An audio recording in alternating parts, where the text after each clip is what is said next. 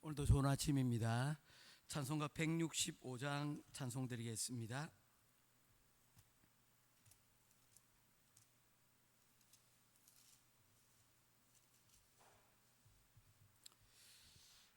찬송가 165장 찬송입니다. 주님께 영광, 다시 사신 주, 사망 권세 모두 이기시었네. 흰 옷 입은 천사 돌을 옮겼고, 누우셨던 곳은 비어 있었네. 주님께 영광, 다시 사신 주, 사망 권세 모두 이기시었네. 부활의 주님 나타나시사 두려움과 의심 물리치셨네. 주의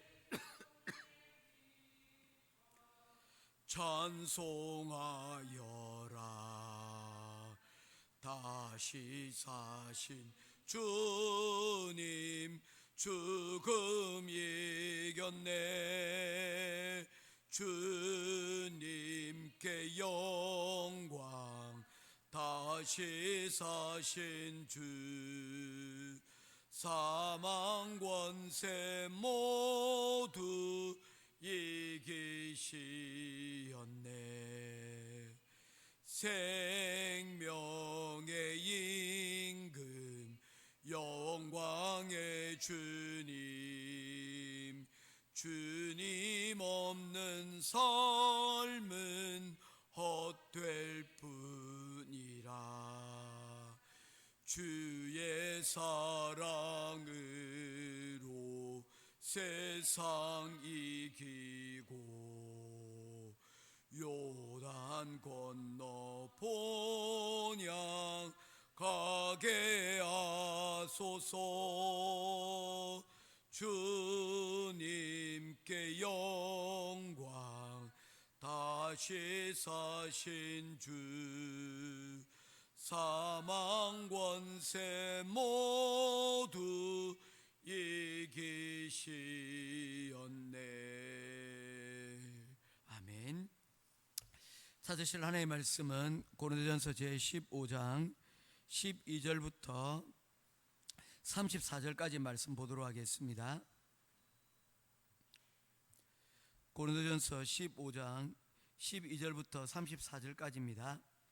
한 절씩 교독하며 보겠습니다. 그리스도께서 죽은 자 가운데서 다시 살아나셨다 전파되었거늘 너희 중에 어떤 사람들은 어찌하여 죽은 자 가운데서 부활이 없다 하느냐.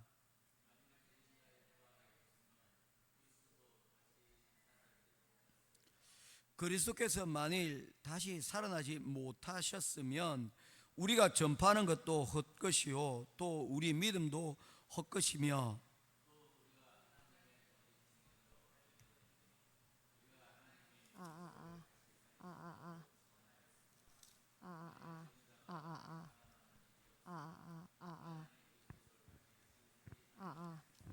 만일 죽은 자가 다시 살아나는 일이 없으면 그리스도도 다시 살아나신 일이 없었을 터이요.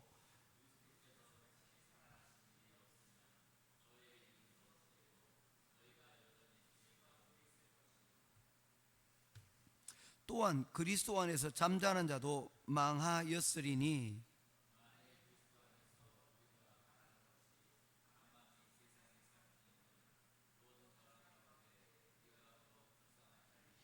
그러나 이제 그리스도께서 죽은 자 가운데서 다시 살아나사 잠자는 자들이 첫 열매가 되셨도다.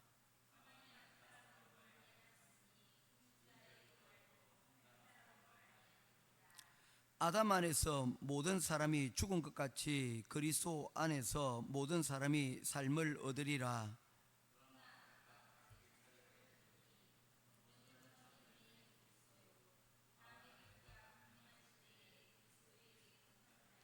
그 후에는 마지막이니 그가 모든 통치와 모든 권세와 능력을 멸하시고 나라를 아버지 하나님께 바칠 때라.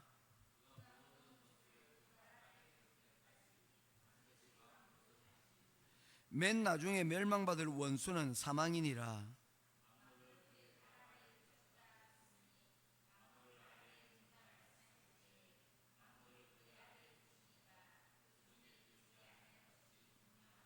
만물을 그에게 복종하게 하실 때에는 아들 자신도 그때의 만물을 자기에게 복종하게 하신 이에게 복종하게 되리니 이는 하나님이 만유의 주로서 만유 안에 계시려 하심이라.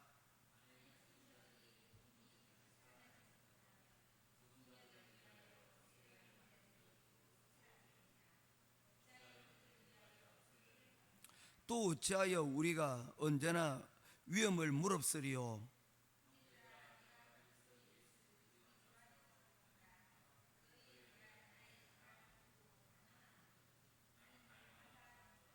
내가 사람의 방법으로 에베소에서 맹수와 더불어 싸웠다면 내게 무슨 유익이 있으리요. 죽은 자가 다시 살아나지 못한다면 내일 죽을 터이니 먹고 마시자 하리라.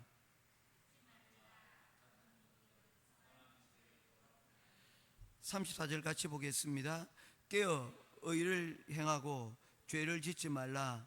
하나님을 알지 못하는 자가 있기로 내가 너희를 부끄럽게 하기 위하여 말하노라. 아멘. 어제에 이어서 계속해서 부활신앙에 대해서 말씀을 전하도록 하겠습니다. 우리가 예수님을 믿는다고 하는 것은 구체적으로 이와 같은 것에 대하여 동의하는 것을 의미합니다. 첫 번째는 예수 그리스도께서 인간의 몸으로 오신 하나님의 아들이라는 것입니다. 그리고 그 예수님은 하나님이시자 또한 예수님은 인간의 몸으로 오셨다는 것입니다. 세 번째는 성부, 성자, 성령 하나님께서 삼위일체가 되신다는 것입니다. 넷째는 예수 그리스도께서 죄가 아닌 동정녀를 통하여서 아버지 없이 성령으로 말미암아 잉태되었다는 것입니다. 다섯 번째는 그리스도의 죽음, 그리고 여섯 번째는 예수 그리스도의 부활하심, 그리고 일곱 번째가 그 예수께서 다시 이 땅에 오심에 대한 내용입니다. 일곱 가지를 기독교의 핵심적인 교리라고 말할 수가 있습니다. 이 내용이 그 중간에 이 가장 핵심적인 그 내용이 바로 설명하는 내용이 바로 부활입니다. 부활이 없다면 이 모든 것들을 증명해 낼 수가 없는 것입니다. 왜냐하면 그리스도께서 우리의 죄를 위하여 죽으심도 결국에는 죽는 것으로 끝이 났다면 우리와 다를 바가 없지만 예수께서 하나님의 아들이심을 증명하는 가장 큰 증명의 원인은 바로 예수께서 부활하셨다는 것을 통해서 그가 하나님의 아들이라는 것을 증명해내기 때문입니다. 우리가 그것을 주장할 수는 있지만 실제로 부활이 일어난다는 것은 그것은 말하는 것과는 다른 의미를 가지고 있습니다. 그래서 바울 사도는 이 부활에 대해서 이 고린도 교회에 강조하여 이 이야기를 아주 길게 다시금 이야기를 마무리하면서 이 부활에 대한 내용을 강조를 하고 있는 것을 보게 되어집니다. 사도 바울은 이 어제 읽었던 우리 말씀 가운데서 예수 그리스도의 부활은 누군가가 꾸며낸 이야기가 아니라 이것은 실체가 있는 진실이라고 이야기를 하면서 이를 목격한 여러 사람들에 대하여 이야기를 하고 있습니다. 첫 번째는 베드로와 그리고 예수님의 제자들이 이 예수 그리스도의 부활을 직접 목격하였다는 것입니다. 그리고 그 부활하신 예수 그리스도를 500여 형제들이 이 예수 그리스도의 부활을 목격하였을 뿐만 아니라 그가 하늘로 성천한 것을 보았다라고 말씀하였다는 것입니다. 그리고 심지어 자신도 핍박자였지만 예수 그리스도의 그 부활에 대하여 믿지 않았지만 그 역시도 예수 그리스도의 부활을 그가 뒤늦게나마 목격을 하였다라고 말씀을 하고 있습니다. 그런데 여기에서 바울 사도는 중요한 이야기를 한 가지를 하게 되어집니다. 그가 부활의 복음을 전파한다라고 이야기할 때는 그는 현재형을 사용을 하고 있습니다.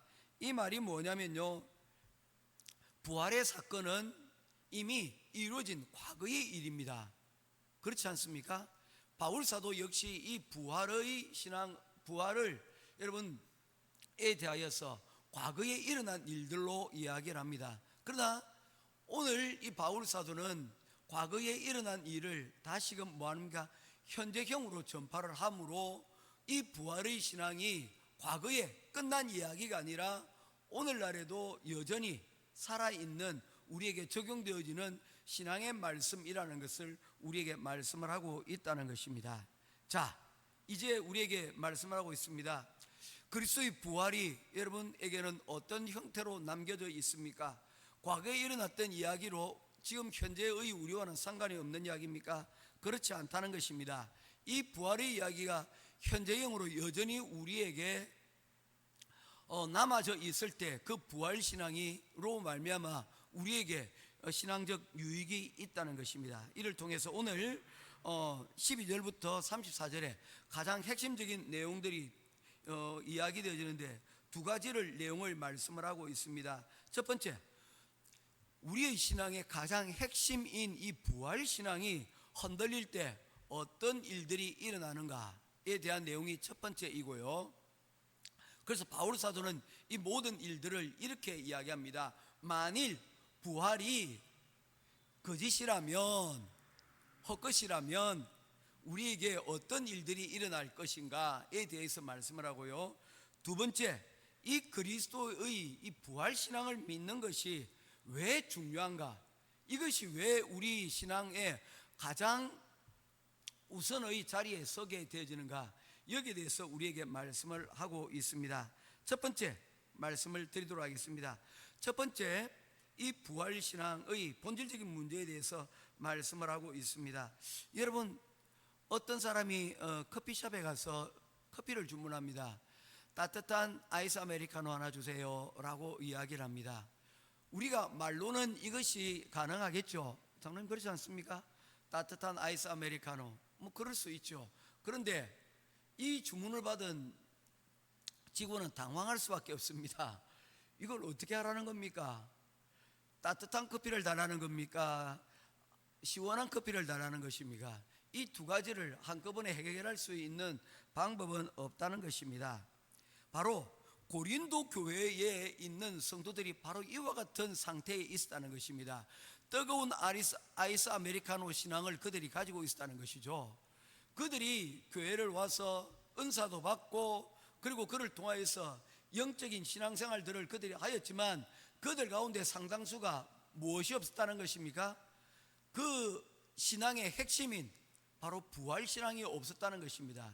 이것은 마치 뜨거운 아이스 아메리카노를 찾는 것과 다를 바가 없다는 것입니다. 거짓신앙이라는 거죠.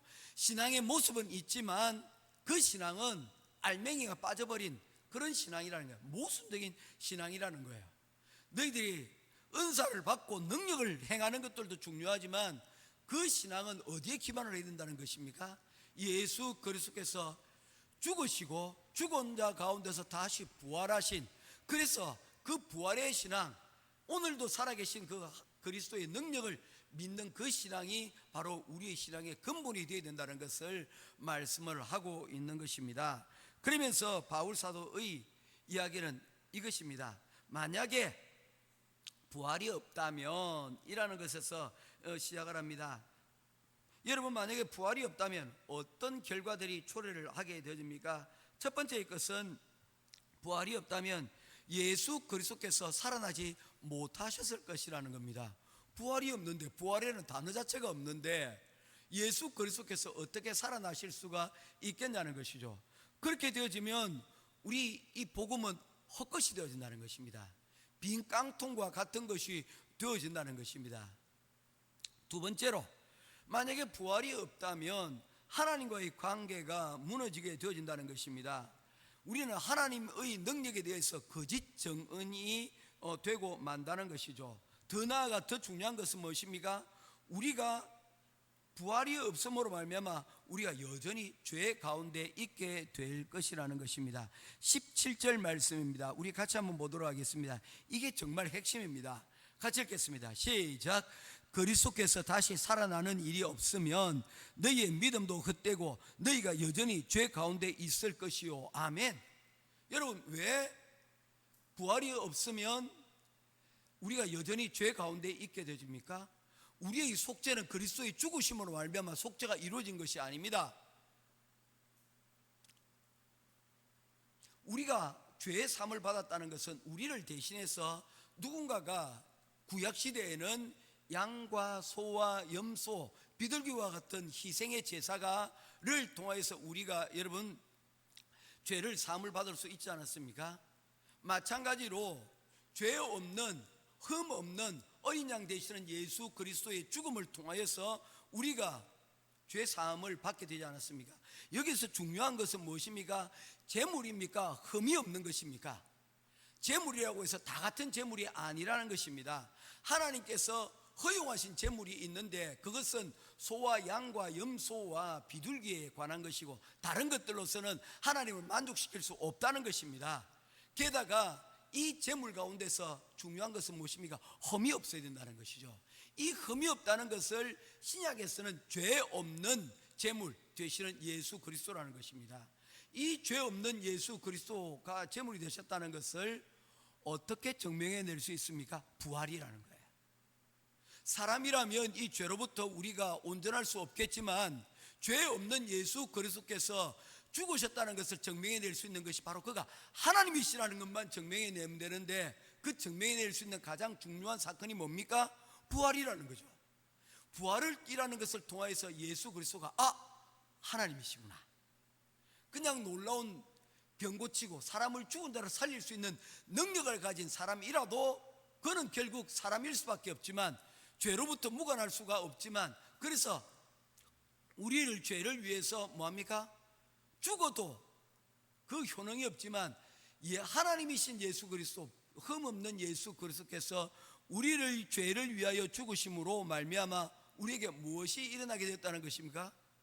바로 우리가 죄 사함을 받게 되었다는 것입니다. 이처럼 부활이라는 것은 우리의 속죄와 뗄래야 뗄 수가 없는 것입니다. 예수 그리스도께서 죽으신 것 그 자체가 아니라 어떤 형태의 죄 없는 하나님의 아들로서 죽었다는 그것이 바로 우리의 부활신앙의 핵심이 되어진다는 것입니다. 이로 말미암아 우리가 무엇을 얻게 됐다는 것입니까? 바로 우리의 믿음이 완성이 되었다는 것입니다. 그래서 하나님께서 우리를 위하여서 예수 그리스도를 통하여 구원해 주셨는데, 이 부활이 없다면 하나님과 우리의 구원은 아무런 관계가 없게 되어진다는 것입니다. 여전히 우리는 뭘 해야 됩니까? 소와 양과 염소와 비둘기를 통하여서 제사장으로 인하여 제사를 드려져야 된다는 것입니다. 그때는 또 이것이 가능했을 수도 있습니다. 그러나 어떻습니까? AD 70년경에 로마군에 의해서 성전이 무너지고 아직도 회복이 되어지고 있지 못한 가운데 있지 않습니까?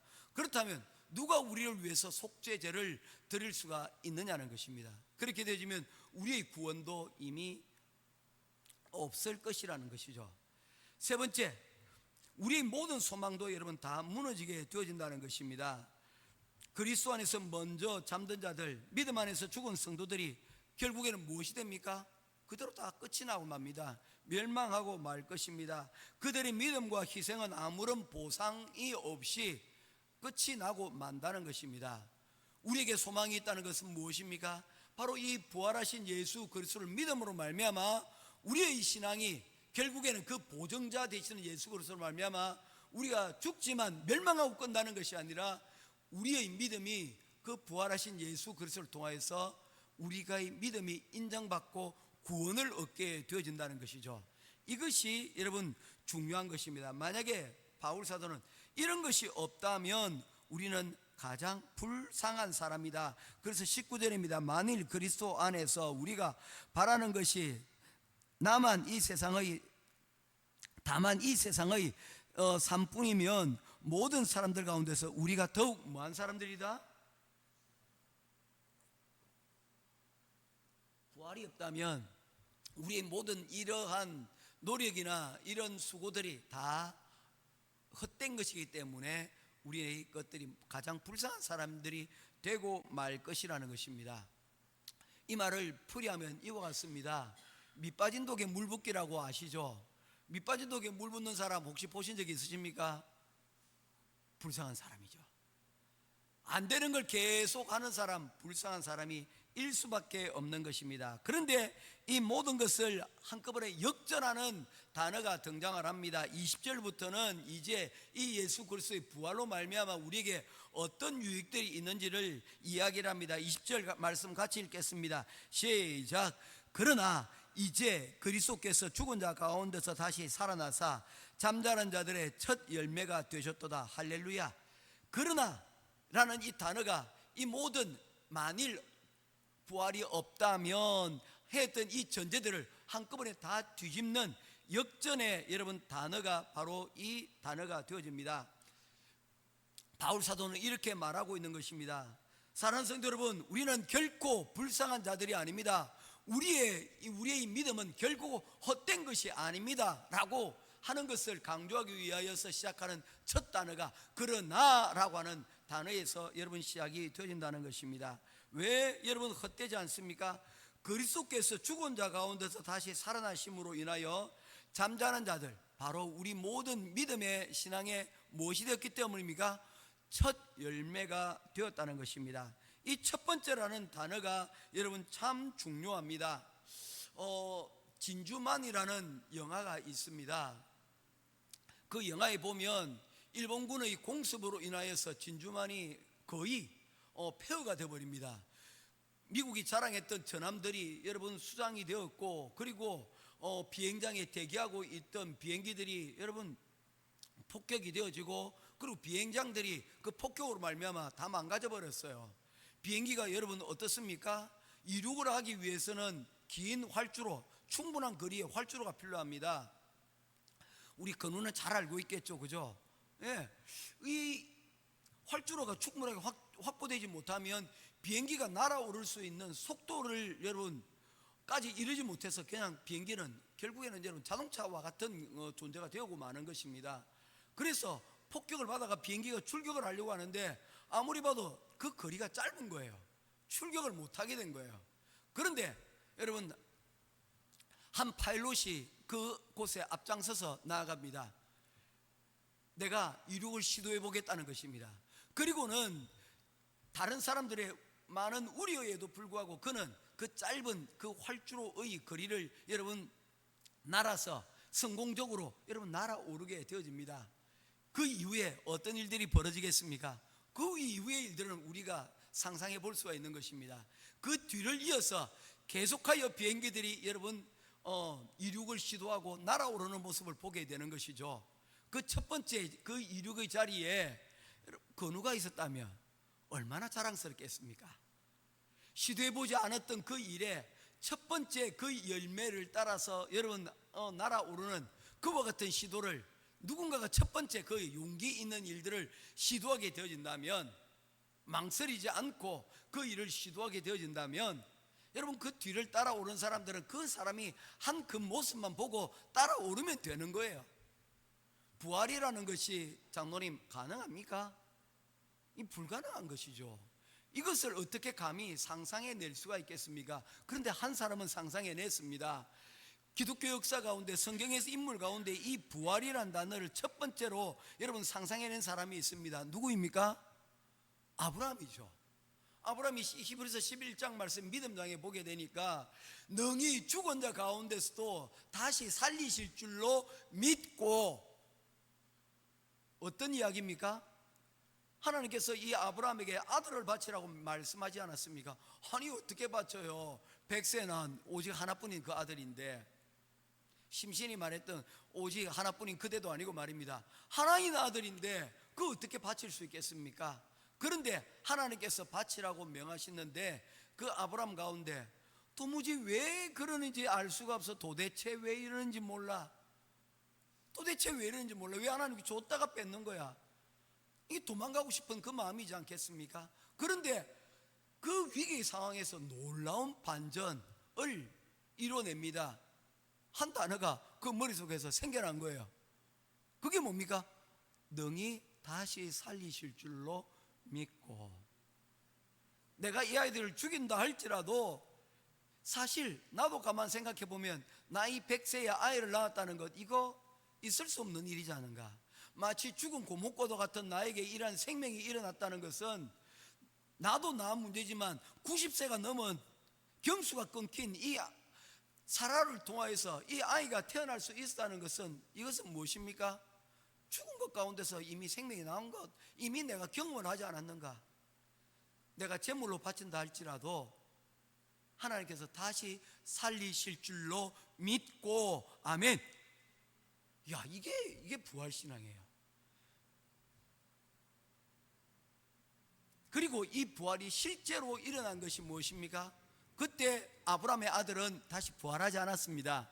아예 죽음조차 죽지 아니하고 생명을 건져낼 수 있었습니다. 아브라함아, 됐다, 그만해라, 그만하면 됐다, 너를 위해서 내가 재물을 준비하였다 라고 말하지 않습니까? 그래서 여호와 이레라는 게 우리 단어가 등장을 하지 않습니까? 마찬가지입니다. 그 실제적인 그 부활의 아이디어가 실제로 나타난 것이 언제입니까? 바로 예수 그리스도의 부활을 통하여 나타났다는 것입니다. 할렐루야.